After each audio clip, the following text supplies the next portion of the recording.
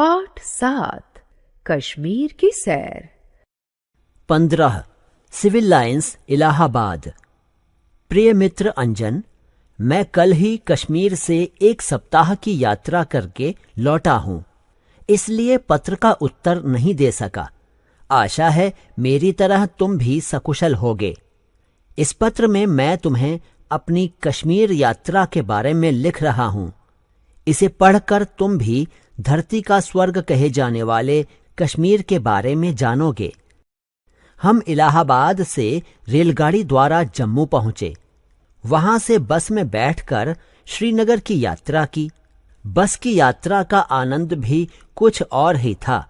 घुमावदार रास्तों, बल खाती ऊंची नीची सड़कों, घाटियों, पहाड़ों और हरियाली ने मन को आनंदित कर दिया। श्रीनगर की डल झील बहुत सुंदर झील है। हमने इसी झील में एक हाउस बोट किराए पर ले लिया था। हमारी तरह अन्य लोगों ने भी हाउस बोट किराए पर ले रखी थीं। श्रीनगर में चारों तरफ ऊंचे ऊंचे पहाड़ हैं। झीलों के किनारे और पहाड़ की ढलानों पर मकान बने हुए हैं। यहाँ के अधिकतर मकान लकड़ी और पत्थर के बने हुए हैं।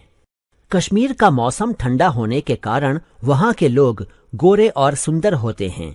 वहाँ सर्दी अधिक पड़ती है, इसलिए हम लोग भी खूब गर्म कपड़े साथ ले गए थे।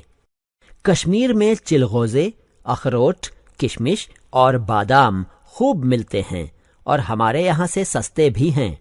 हमने कश्मीर में खूब मेवे खाए।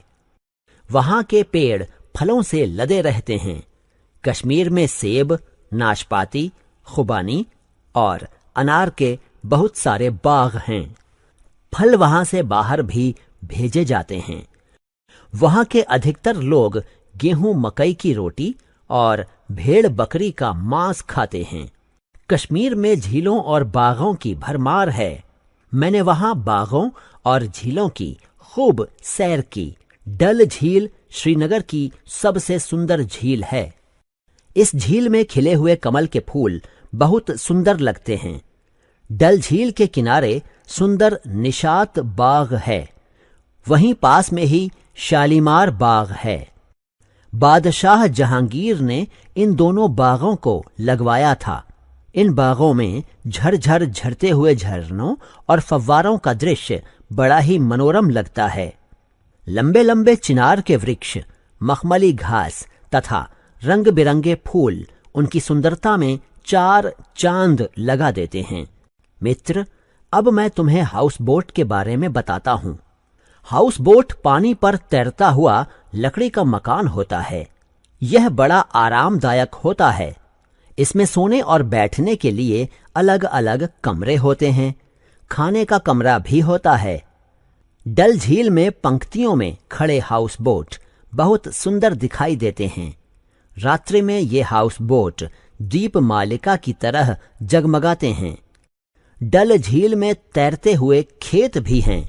पानी पर लकड़ियों का बेड़ा बनाया जाता है, फिर उस पर मिट्टी डालकर ये खेत तैयार किए जाते हैं। इन खेतों में फूल और सब्जियां उगाई जाती हैं।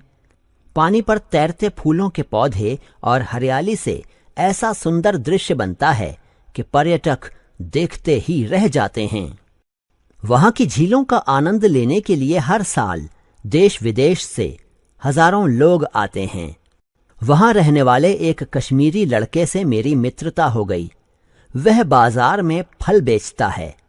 उसने मुझे बताया कि कश्मीर में बहुत सर्दी पड़ती है। उन दिनों में कश्मीर के लोग एक विशेष अंगीठी गले में लटकाए रहते हैं ताकि ठंड से बच सकें। इसे कांगड़ी कहते हैं। वहां सर्दियों में घरों, पौधों तथा पेड़ों की डालियों पर बर्फ की तहें रुई की तरह जम जाती हैं, जो देखने में बहुत सुंदर लगती हैं। कश्मीर में ऊनी कालीन, शाल दुशाले और गर्म चादरें बनाई जाती हैं। ये काफी कीमती होती हैं। वहां अच्छी किस्म के रेशमी कपड़े भी मिलते हैं। कश्मीर का केसर पूरे संसार में प्रसिद्ध है। वहां केसर की खेती होती है। केसर की क्यारियों में जब फूल खिलते हैं तो घाटी महक उठती है। वहां भेड़ बकरियां और रेशम के कीड़े पाले जाते हैं।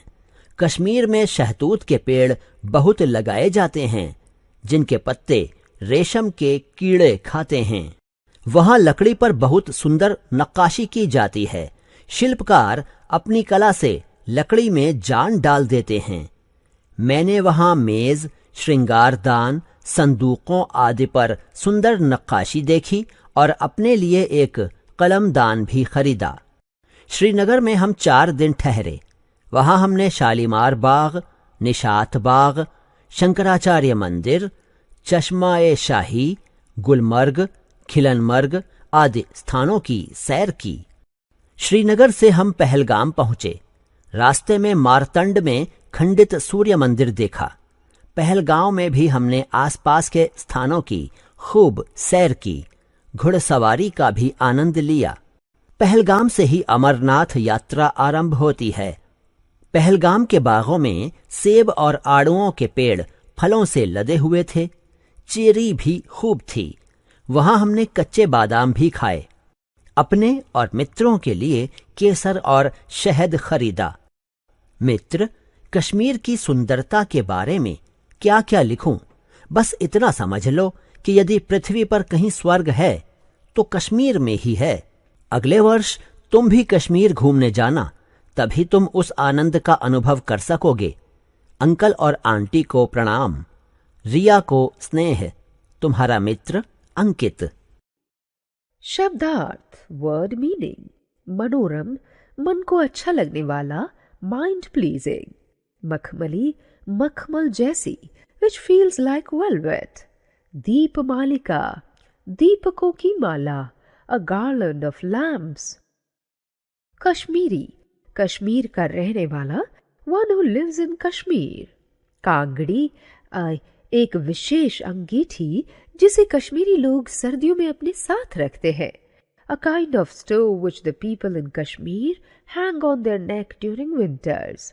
नक्काशी, लकड़ी पर खुदाई करके सुंदर डिजाइन बनाना, wood carving.